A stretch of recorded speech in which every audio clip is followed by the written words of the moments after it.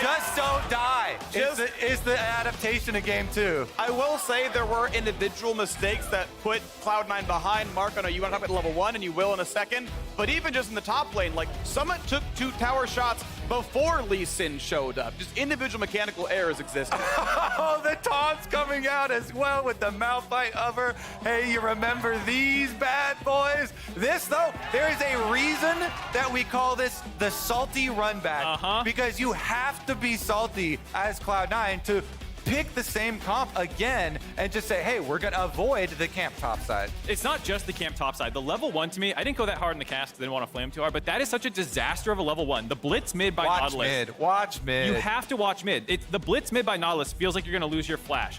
But if you don't put anyone mid or throw a ward down, they get to sneak into a side brush and they just spill over. And the thing about that, and this is like a fact, the vision that you get from the points that you're watching, if you're not watching mid, cannot react in time to Nautilus to not have to flash later. You lose a flash if, in a lot of situations, if the Nautilus is willing to commit his own.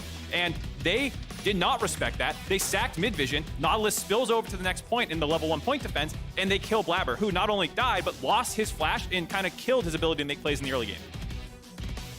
Well, support bans switching up the strategy a little bit here. 100 Thieves saying, well, Renekton stayed, you know, in the top lane last time. The Kennen ban's not going to come through. We're not going to get rid of quite as many top laners as before. As Jinx and Xayah off the table, of course, 100 Thieves went from a Xayah pick on 3 to now an Ornn pick on 3, thinking that was going to get sniped, which means they go all the way down the tier list to Aphelios. Yeah, really, really far down there. The depth It hurts. The 3 picks tier list, yeah. Honestly, we're just going to keep with the same exact setup here for Cloud9, it looks like then. Do we complete Exodia? Let's see the rise. Or maybe they do try and combine it with the Yasuo, which we were hyping up last time, get a little bit more power in the lane. But otherwise, if you really think the only thing... Here we go! To defend it for Cloud9, if you really think the only thing you need to clean up is your play in the early game, and this is your best way to win the game, you should not abandon it after a game 1 where literally everything went wrong through the first 10 minutes of the game. I love it because you get memed so damn hard if you fail again with this. Oh, this is going to be beautiful. What? Are there going to be another adaptation here for 100 Thieves? Show me that Victor. To be fair, like I said, first blood for a Victor does mean a tremendous amount. It means so much because he also got the back. He got the Doran's plus the corrupting potion, and you get the accelerated Hex upgrade. So Perma-prio, yeah. It really does have a big influence on the early stages of the game. But look at that fan vote. The confidence is gone from Cloud9. Almost 70% now for 100 Thieves. Yep. So the only draft adaptation really was the change in the AD carry position for 100 Thieves, the Xayah taken out a little bit. That's not totally inconsequential because Xayah has some of the best self-peel safety with her ultimate, and Aphelios is notoriously squishy and able to be jumped on. So this is a situation where it does change how 100 Thieves has to approach the game. If who he's going to roam a ton, FBI is more susceptible to plays being forced on top of him. Biggest thing that has to change, though, Cloud9 need to get some leads in that early game so they can actually pull off 1-3-1, so they can actually split, so they can actually play the map. And the comp says that they are meant to. Renekton has priority. Even when he was 0-4, he was still up plates. He was up 2 waves of CS. That lane will be winning for Summit. Fudge is not going to be against a first blood Victor. That lane's going to look a lot better. And even well, then, you don't know that yet. I mean, probably, right? Not against a first blood Victor. That lane's going to look better the next time. And honestly, it's really hard to outlane the duo that we have down here from the Cloud9 side. You've got Enchanted down there. As long as you're running Guardian and Exhaust and a Relic Shield, you can't all in the run out of glass. They're going to have pressure in that 2-on-2 as well. And in the team fights, Aphelios isn't getting away from Diana. All the things can work the way Cloud9 expects them to. This draft can work out, and we are back on the Rift for Game 2 for, hopefully for Cloud9, a much different look in the first 5 minutes. And already the level 1 is different. This time, 100 Thieves not wanting to do a rush Nautilus strategy, wanting to go to point defense because you're scared about people brush camping, trying to predict where that Nautilus is going to face check, and then you can actually blow him up. Instead, both teams default into the standard Here's the point. adaptation, Mark. Yep. He's not going to stay there. He puts the ward instead. They also sent someone mid initially to watch the potential spillover first. So this is the correct way to play against that kind of blitz Nautilus strategy. And I just love seeing teams being aggressive from level 1. And then you throw the mix up. Now you got a ward out of them and you didn't have to do anything. And that can potentially start doing these little micro advantages. Though it looks like 100 Thieves grouping up for maybe a delayed invade, just throwing their own ward down. Minions have spawned. Yeah, just a delayed ward invade. I mean, this is what you get out of Diana Renekton, right? Like, it's so much early pressure with all the push you get. Like, they can go in for an invade in your jungle, covering it. I want to point out another adaptation already, and this one by the 100 Thieves.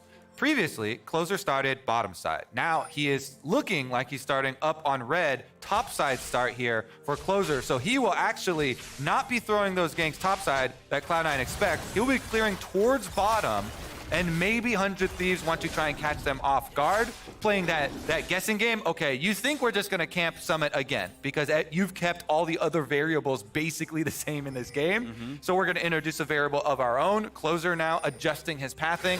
Biggest thing as a jungler, you never want to be predictable. Absolutely, the Fog of War is your actual primary benefit, and actually going for a full clear as well for Closer. You don't see a ton of full clears on Lee Sin. Krugs are so frequently skipped.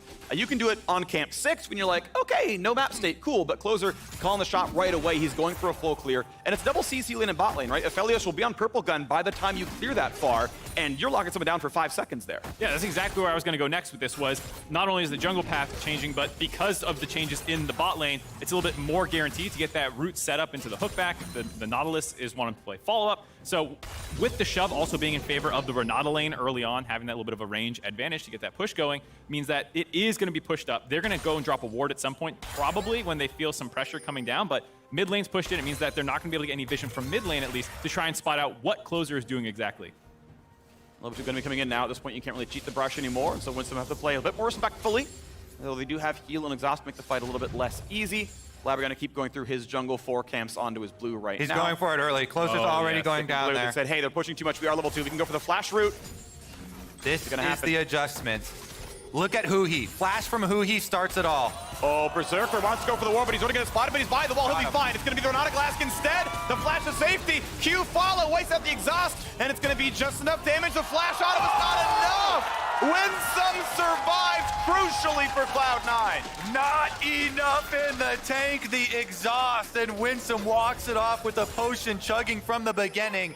But it is correct strategy from 100 Thieves, and the adjustment from Closer does get both summoner spells off of Winsome. The Renata will be vulnerable, plus the wave is now pushing back away from Berserker, so he has to play the safe Zeri positioning there in lane as his wave is pushing away from him, and he's 2v1 versus Nautilus. I love, on the theme of mind games, not waiting for the purple gun, going before they're ready, and then catching them when they wanted to go on that ward to get around that timing window. The only unfortunate part about timing was the exhaust was not off, but his Q2 was going to time out, so it's a bit damned if you do, damned if you don't, and so you end up just taking that because you want the damage through exhaust anyways. I'm not sure exactly how long he could have held it, because the exhaust came in pretty late. I think the Q2 would have timed out. He had to take it there. The only thing you could say is, oh, maybe I should have flash followed, but how many people don't think Winsome is dead there, you know? If you work in one more auto attack, maybe the burn gets him, but that's tough to do, and you still, like we said, get a lot of summoners out. And again, it is going to result in a CS lead eventually for FBI, because as I said, the wave bouncing back out, so there are a bunch of minions for the 100 Thieves bottom lane to collect. Going to clear out all the range wins here now, so not a huge CS lead, but something.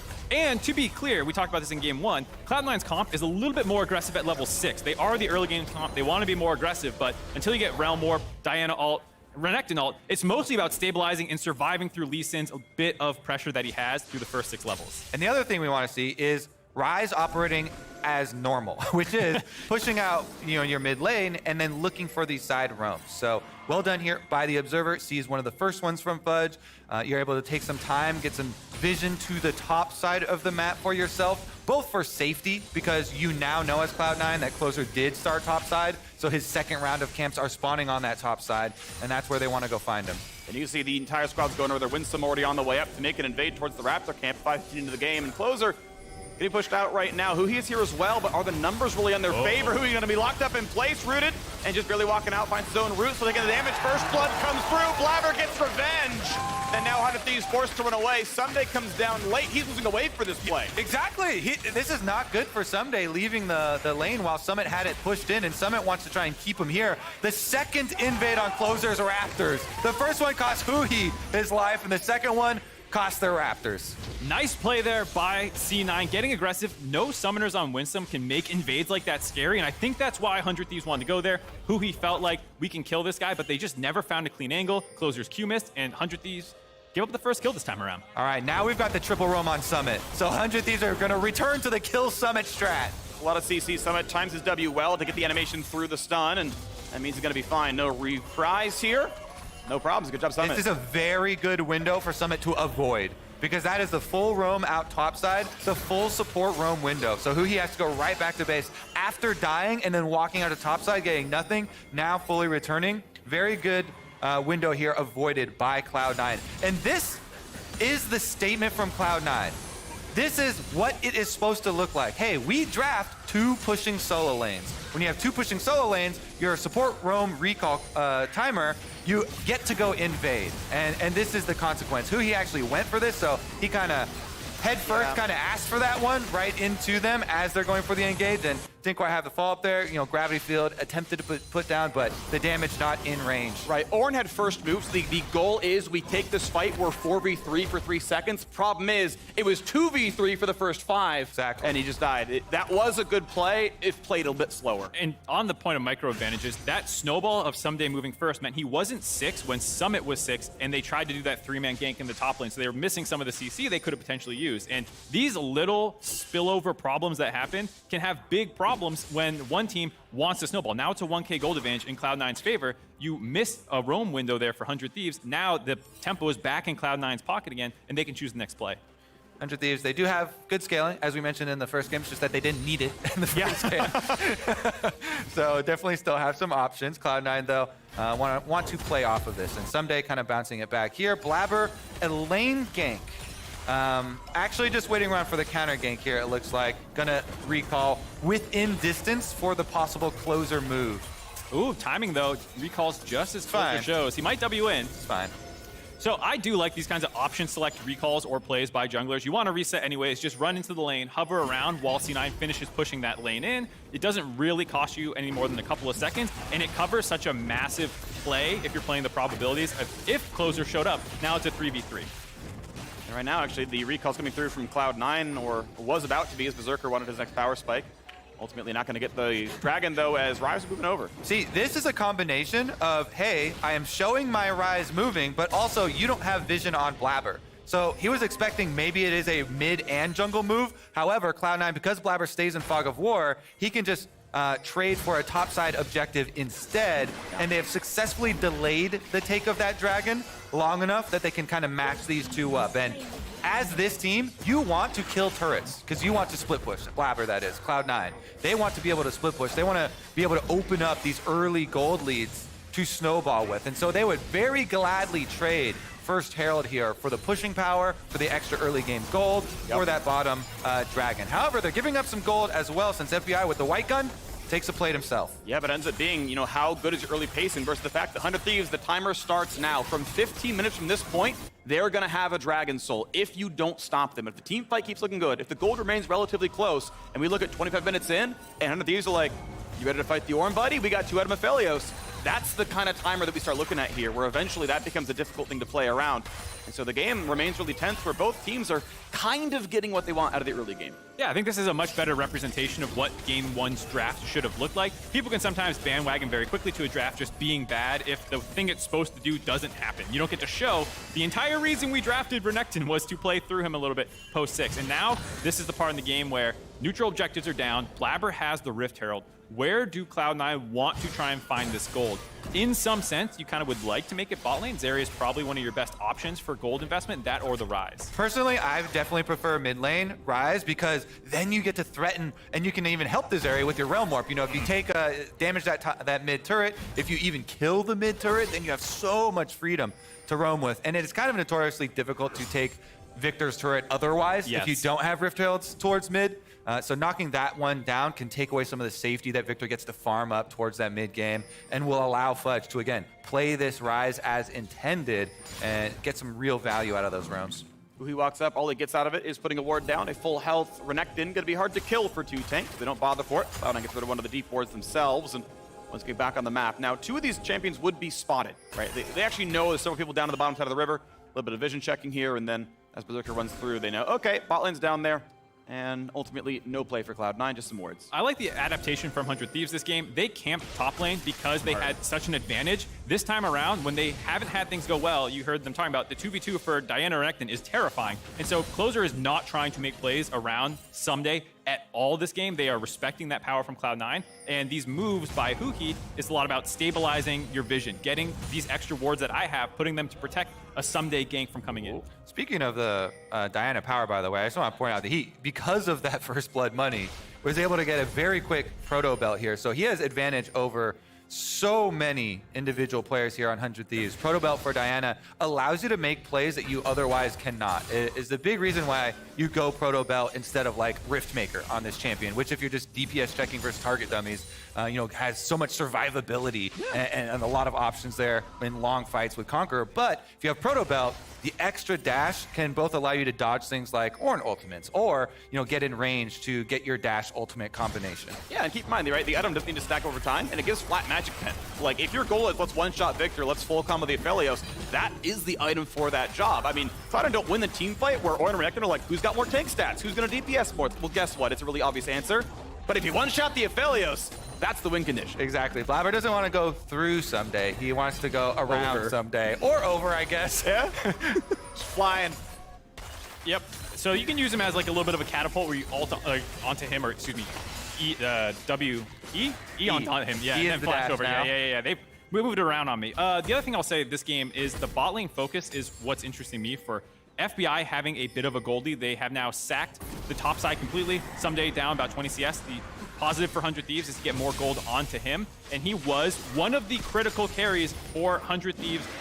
Rise to prominence was FBI's development as an individual carry. And while a lot of the more recent resurgence, especially this split, has been about Someday Closer, FBI feels like he's going to be critically important in these later game 5v5s, best of 5 series that you get into in playoffs, and someone that you can rely on.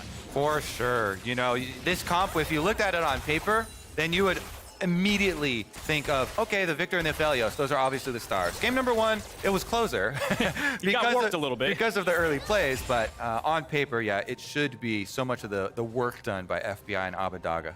Well, the first major items are in. Salute to the fact that Leandries and Gale Force are through for the 100 Thieves primary carries. Everyone else, basically utility. It's a setup for those two, right? There's the 2 big carries in the composition. Blabber doing his best work forward. He's already got himself the stopwatch now as well. Likely gonna go for Zhonya second, which will be a more defensive option. I always like skewing towards damage because one-shotting is the important part. You've got Winsome just to revive you if it ever goes bad. I actually wouldn't mind a full go for broke style here on the Diana. That said, probably gonna go for the more defensive option. That's fine. And gonna head to bats is now Blabber gonna pull up the Dragon, and with a 1,400 gold lead, Cloud9 looking to fight. Yeah, Cloud9 would love to use a little bit of this power spike with all their ults available, but 100 Thieves are stacking it. It seems like they don't want to contest this. They're fine not forcing 5v5s around Dragon. They just want to keep scaling up because this is a very dangerous window to have taken that fight. Yeah, and if they wanted a team fight, they would definitely need Ornn around for the big Ornn ultimate, but Someday he had a couple seconds still left on his teleport, and walking down, waddling a little bit slower than Renekton. Hey. You just baited everyone. You were so early. And they started the game, we just didn't get it on screen. I side with Kobe. That's all things I side with Kobe. So funnily enough, you talk about the players not talking a ton. I mean, this is one of those game states where there's actually not too much to say. Both teams are kind of trying to accelerate their win cons. 100 Thieves, where do we want to go next to get wards is probably the most important conversation available right now, because you already know that you just sacked Dragon. There's no objective coming up. It's just like, all right, well, where are we most vulnerable? And let's start trying to get wards out there. Ooh, Abadaga steals the control ward kill from Huhi Internal Strife on the 100 Thieves lineup. Who is he, freak? Is he Hoofy? He's now Hufi. We decided to change it around. Let's go! Thank you so much. Let's go, Hoofy. Aurelion Soul? That's the real question. Will he be stunned in time? No. Nice escape there. Flash auto could have maybe been a possibility, but it was from Fog. Good escape there. The fudge factor. He's got the 6th sense. Actually, from now on, I want you to call him Hoofy if he makes a mistake or if he's playing a hoofed champion. Yeah, I mean, next time he's on Rel. Oofy. Got you. Yeah, there we go. Meanwhile, we got a hyphy play in the top side. Gets a bit of damage there on a summit. Grass comes through with the % health damage as well. And well, he'll sustain the back up. He's Renekton after all. Did like that movement by 100 Thieves, though, to get serious for a second. They taking bot turret on the Rift Herald spawn. Good movement there to help stabilize the goalie for a little bit. It was a down payment, though, for Cloud9. Revenge? Are we going to see some revenge? They should. They got the Rift Herald. They got some people up on this side. Tons of vision as well on the top half of the map. But maybe they still want to save the one for mid. We've seen assist me ping go down on mid exactly as we say that. So you can expect a Rift Herald mid like you were asking for earlier, Kobe. All right, and we also, as we were asking for earlier, we get our side lane rise. So Fudge down here on the bottom side. I want to look at these minions because is he actually pushing them or just waiting for last hits? Okay, because he has them right in front of tower, and you do have options of trying to hold them, but looks like he is going to push out as quickly as possible. Yeah, a little bit of a reset there for Cloud9 after that Rift Herald take. So playing a little defensive and waiting for his team. That's that good side lane play you want, not the bring it off AFK 24-hour split push, but actually wait for people to reestablish pressure with you. And the thing is, if there's not a point on the map that you do want to focus on, then you can try and play defensive everywhere else and go for a freeze, but 100 Thieves are obviously going to move all 5 members up to pressure the other side of the map. And so Fudge pushes it back out, gets that wave to bounce into bottom turret, and he gets a teleport for it. That is why we see the adjustment. Yep, we still got a ways to go though. So TPU, of course, will be down for the Dragon spawn. It'll be down for the Baron spawn if it's to be played for.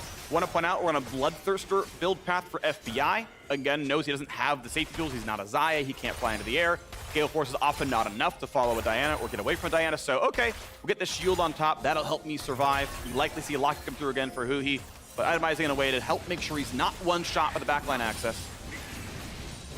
Definitely feels like the good build to go for, given the lack of utility or protection from the rest of his team comp and the amount of engage available for Cloud9. That is one part of their comp that they have in spades. It won't all just be like straight front to back engage. Renekton wants to flank, Diana wants to flank, like you were saying earlier. You have the Realm Warp to just transport people on top of you. Even the Zeri is extremely mobile, and so there's a high likelihood when you talk about the VIPs of 100 Thieves comp, it's the Victor and the Aphelios that they're going to be trying to target down with all this engage. Okay, who's president, who's vice president? I feel like I think Abadaga is president and FBI is vice president. Really? FBI's been there longer. I think he's the incumbent. Oh, true. Okay, well, he's going to be pushing out that mid lane here. Side lanes traded pretty naturally.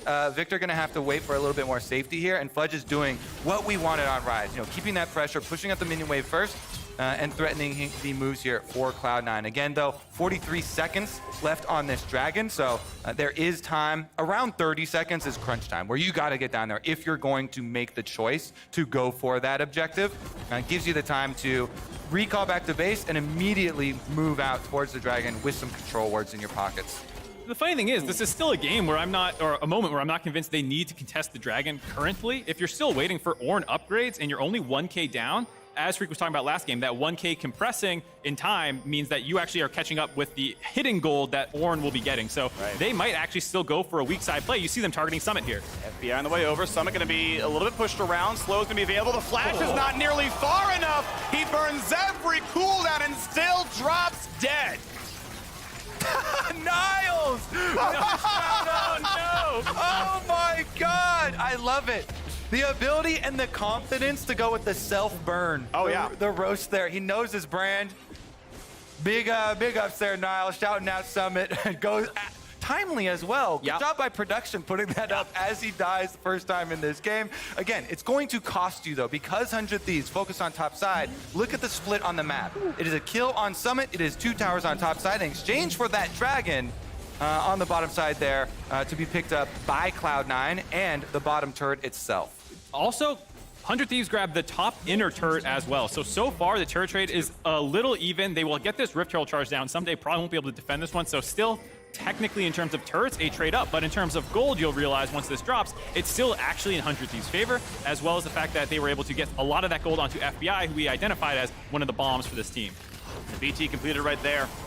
But Summit 0, 16, and 2 across the last 3 games against 100 Thieves. It has been a rough road. The top pressure did allow that first kill, but it's been a very slow-paced game since then. Cloud9 have mostly traded objectives equally against 100 Thieves since that first blood. Again, we are on BT here for the Aphelios, so we'll see if he can get his way towards the next item, but actually skewing towards magic resist. Next up. I love this. Because we have a crowd, I literally heard a wee as Zeri passes over the wall. Yeah. That's me too. That is me too for sure. I'm muting you in Discord every time you play Zeri. I got to shout out whoever did the when someone missed cannon, FBI missed a cannon like 3 games ago. I heard whoever it was like, oh, Every that's my AD kind of carry, person. every AD carry and support player feels that.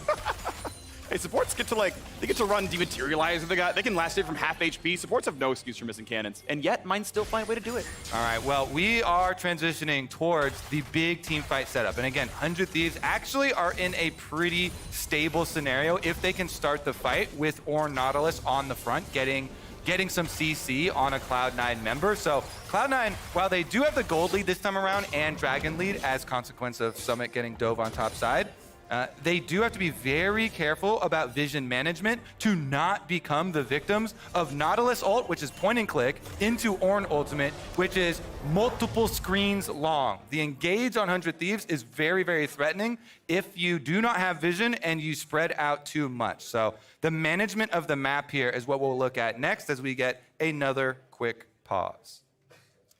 This is a very interesting point in the game, like you said, with it kind of getting to the team fight phase. From here, C9 have not looked like they were able to utilize this 1-3-1 very much at all, aside for getting a CS lead onto Summit. And it's actually been 100 Thieves, who was a team this split criticized for their ability to play side lane, their ability to get leads onto Someday when sometimes he was having these pop-off Tryndamere games. 100 Thieves couldn't get any gold into him. But what's funny now is it's C9 who need to make those plays happen, and it feels like 100 Thieves is playing the map better. Yeah, and a lot of it is just, it's interesting to look at these, right? Because obviously there can always be misplays where you miss what the dive could have been, you miss the rotation what could have been, but there are also good plays on the Thieves side where it's like, oh no, we were ready in time to stymie this. So everything starts with Huhi here for 100 Thieves. If he gets his Nautilus ultimate onto anyone besides Blabber, because Blabber does have Azonias, then it's an easy follow-up there with the amount of CC they have. And you'll notice that when they're gonna go for it, they will preemptively group up to try and take advantage of their 5-on-5. So Cloud9 pushing out onside first. Summit actually roaming over pretty early there on the Renekton, and you see him even trading with Someday a bit in the jungle. Goes coming through it again, though. Still not yet to lock it here for who he needs the combined cost at this point in time with the Kindle Gem and the Aegis. Zerker left alone to farm out in the middle lane. Pretty standard stuff to get your AD carry there. It's very safe. It's honestly very hard to gank those champions, so just on 2 items, chilling. Hex Drinker is in for FBI, so again, very much a defensive skew on the itemization. You always could have gone for, a Phantom Dancer, Lord Dominic's, anything like that, and you just go for big damage and IE through it, but he's, again, trying to play around the Diana condition and says, look, as long as I don't get one shot, we got an Ornn Nautilus, like teamfight's gonna be fine no matter what, so I think it's an intelligent adaptation based on the win conditions in a teamfight for Cloud9. We'll see what those fights look like if they happen, though. Again, the Rise here, hard committing, top side push going pretty well for Fudge. He can get that one up to the tower before the rotation of the slower moving 100 Thieves gets there. One melee will be dropped before Abba can go pick up all that money. And while you have this kind of rotation from 100 Thieves, okay, top lane relents, guess what? Bottom lane picks up. Renekton gets pushed out even further. So they are enacting their 1-3-1 in a little bit of a swing here because they can't really control any of the deeper avenues for rotation between objectives on 100 Thieves right now because the lead is not big enough. So you have to be cautious when you're doing this. The lead not being big enough is the problem. This is nice map movements by Cloud9 in terms of allocating resources of farm, but a couple hundred gold more in your pocket is not what this team needs. It needs to actually find kills in these side lanes, blow people up, actually expand this gold lead from this 1K to 1.5K it's been bouncing between for effectively the last 10 minutes. And the way they're going to do that is pushing out first on the sides to split up 100 Thieves and then make use of all this mobility. Zeri and Rise, big advantages in mobility over their counterparts on 100 Thieves. So really, really big transitions is what Cloud9 wants between these lanes to see Realm Warp or Zeri jumping through the wall and the crowd shouting "we." Yeah. And we are going to see ourselves in a team fight. Already top lane wave was dropped. Abadaga gonna stay down here with the team. Someday gonna stay down here with the team. Upgrades the Gale Force, and we've got a 5-on-5 brewing right now. Summit gonna be spotted though. Engage comes in. Not a kill yet on a Huhi. Berserk though on a 3. That's a huge ulti in from Blabber there as well, but no kills just yet. Huhi flashing back to safety. They're gonna find the first one though. Someday will fall. They get through the front line, and it's flashed to safety. Underneath trying to get out, but Rise is coming in for the reinforcements. Huhi gonna do his best to keep him alive, but Cloud9 just keep on coming. Abadaga goes in for one, but just the one. Tries to trade back, does take down Blabber. Abadaga, after all his team is dead, stops two. Still a huge pick from Cloud9, and you notice the timing of that engage. It was only possible because they did it when Abadaga was still on the side. He was not there. Cloud9 strike as 100 Thieves are separated. What we've been looking for, even this first 2 games, this whole series for Cloud9, they pull it off and they get Dragon number 3, Soul Point acquired. That is the true prize at the end of that fight. The kills went back and forth a little bit, gold a little bit more in Cloud9's pocket, but with this, they actually have a way to potentially win team fights. With all the extra resist and shielding that comes in, they have double tank side lane technically. It is a bruiser and the Renekton, the Ryze builds a lot of resist, so they have a lot of ways to do it. And again, look at the mini-map. This is why we keep emphasizing the split first. It's a slower rotation for Abba. Someday here walks away from him as they get the big engage. Zhonya's from Fudge dodges a bunch. Then Blabber with his Zhonya's as well. Huge chunks onto the 4 members of Cloud9, while Summit kind of keeps out Victor from joining that fight. Yeah, that's actually the critical thing. He made it in time, but Summit, oh, hold on, we got a race going down. Yeah, you had your rocket flips with replay, and now the attempt at the Baron right now. Frontline holding well, though, and as long as the battle lines look good, getting in is hard for Cloud9. You can see they're unwilling to go at this one, even though Baron's in the fight. Only one target for Blabber's engage. A 4-man knockup, but the Berserk turns in one. One death. Does 100 Thieves get out? Do they have causes to leave? Is the 5v4 enough? Aphelios is untouched. You don't need a Nautilus, you need a frontline. An FBI jumps in on a Berserker, and guess what? Aphelios makes it happen. He can run, he can skate away, he can wee his way out. But right now, 100 Thieves win the fight and claim the Baron. 100 Thieves never say die off the reset, rushing down Baron. Now they can push inside. The mid tower finally drops and they take down the last outer. Gold League gonna go in 100 Thieves' favor off the back of that critical Baron call coming out of the replay, catching Cloud9 in a reset after the Dragon just a little too slow. And like you were talking about, that zone control was so difficult for C9 to find their way in. They got so chunked out. As you're gonna see here, a very nice ultimate by Abadaga, understanding it's much more important for me to chunk them coming in than to keep DPSing the Baron. I'm the biggest threat in zone control. And when he gets them all low, FBI is gonna pop off with his ultimate in this fight. Yeah, Gandalf over here. You shall not pass through this corridor into Baron. Look how much damage that Chaos Storm does. The Gravity Well delayed them. The Ornn ultimate through everybody. And even though the Berserk does land on them, Closer barely finishes off that Baron in time before, and then Cloud9 chasing really deep in here. Aphelios ultimate and Summit here goes in with very low HP, dies right on the front line. And that's going to be a gold lead. 100 Thieves just narrowly in the advantage. Yes, they've lost the first few Dragons. Some good plays by Cloud9. Mountain Soul Point always going to be relevant here, and Summit gets the gold back for a moment. But the timer is that 2.5 minutes. Red Bull Baron power play, 2,600 gold. This will time out before the play for Dragon. And a Mountain Soul switches this game back over, so a good smite or a good fight, either one's going to work well for Cloud9. We'll see how Cloud9 tries to stabilize from here. Very unimportant, but this was upgraded first, so officially FBI is the president.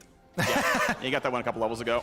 Yeah, I mean, it's going to be a big push on bottom side here with a Baron, 400 Thieves. I don't think Cloud9 can clear enough, but the flank comes through, Summit. Summit find it, closes, order there to mark him though, and if it's ever scary, just kicks him and he's going to be fine. Somedays holds the front line normally. Abadaga holds the cooldowns and there's no way in. A nice try. The TP burned, but nothing to be found for Summit. Nice opportunity there for Summit, but Closer marked him too well, burns the ultimate, and from here, 100 Thieves know there's no fight coming. If Summit does not have his ultimate, they're going to be safe to take this turret. The question is, how much further do they want to try and push this advantage? Do they actually want to try and go for bot inhib, which would be huge with the Dragon coming up in a minute and a half? Got enough time, right? 30 seconds of the buff, then a reset. It'll put you on the map exactly perfectly to make that play for Dragons. They can play the entire buff, but it looks like as this wave drops down, there's no more Baron waves to play. Spend your last few seconds getting the red buff, getting a ward or two down. Try to get the safe recalls. Ornn already on the way out. And this is the problem for Cloud9.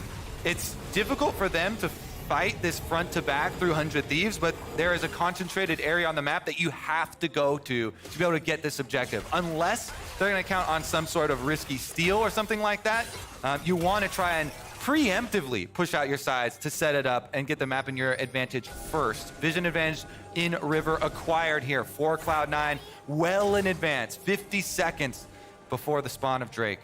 They are able to get their vision out, but can they protect it from here? 45 seconds for the side of 100 Thieves to establish their battle line, start pushing into this vision, and Cloud9 finding flanks is going to be the most important thing, or finding ways to keep people away from the fight. What Summit did in the last fight was not super flashy, but keeping Abadaga in a 1v1 against him instead of doing that massive AoE like we saw later is still something that's going to be huge for them.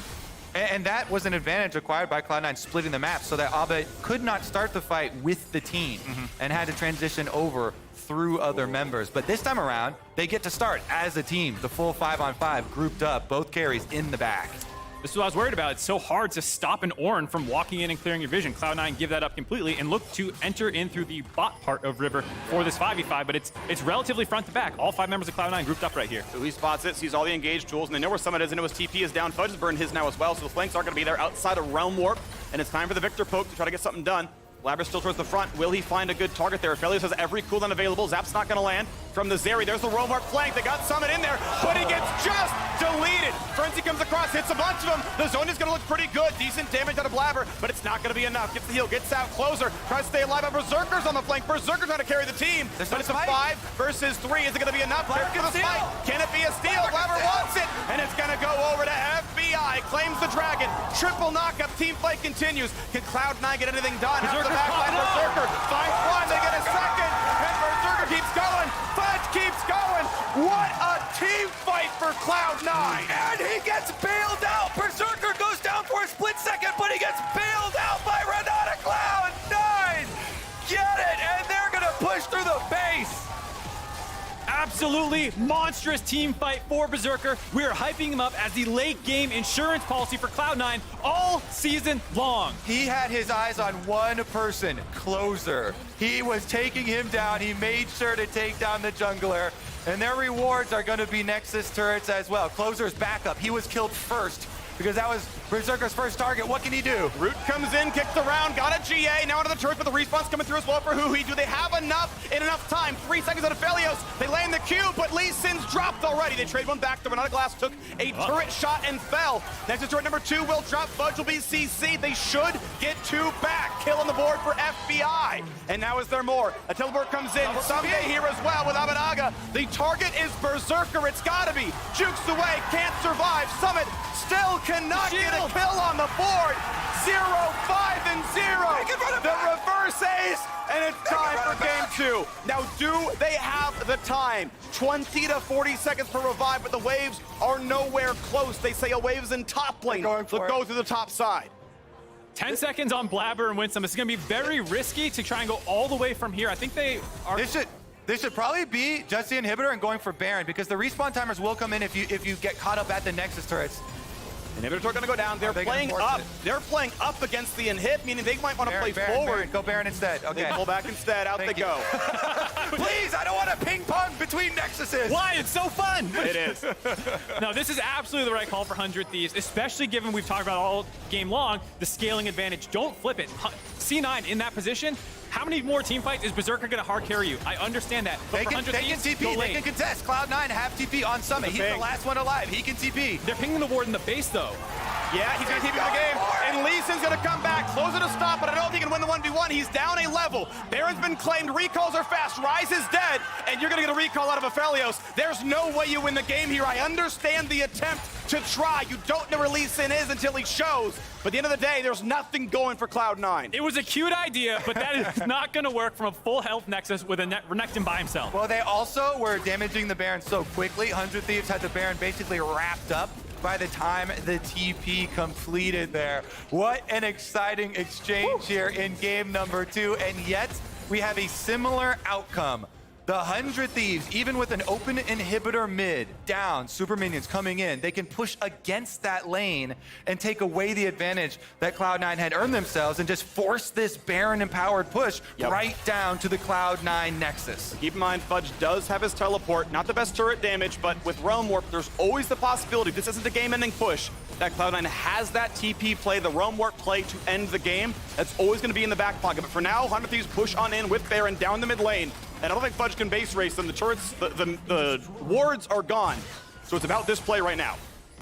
100 Thieves looking like they want to just keep the pressure up on them. We'll see if they try and actually force an engage, or if they're just keeping Cloud9 pinned in their base until they can safely fall back onto the dragon that will spawn in a minute.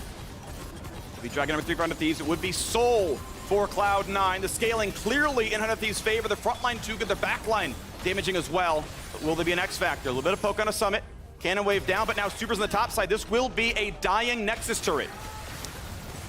Here comes the engage, damage on our X, they're gonna try to find that kill as well. Orn gonna land on a 2 in the back line, and they don't kill Summit just yet, and they do get a kill, but it's still him dropping. Out goes Fudge, low HP, onto turret number 2 as they flash away for Blabber. Wormwarp trying to find their way in, but it's only 2 versus 4. Fudge cannot make it happen as Zonia's Hourglass. An attempt on FBI. FBI loses the Guardian Angel. Blabber's still alive, but is it gonna be enough? A triple kill for Abadaga. Onto the Nexus turrets they go. Not enough for Berserker. Nexus falls 2-0. 100 Thieves.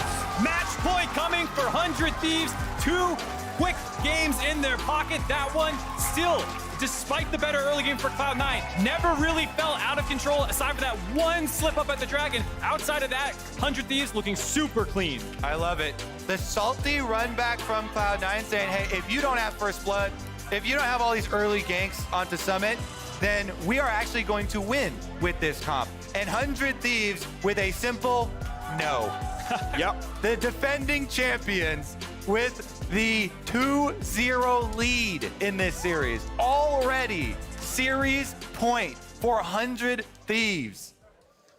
And I gotta say, the big win for Cloud9 is 1-21-3 in their last 3 games against 100 Thieves. Summit was the runaway MVP. And last week, Cloud9 didn't look so hot, and some of that was the top lane not doing what he had done all year long.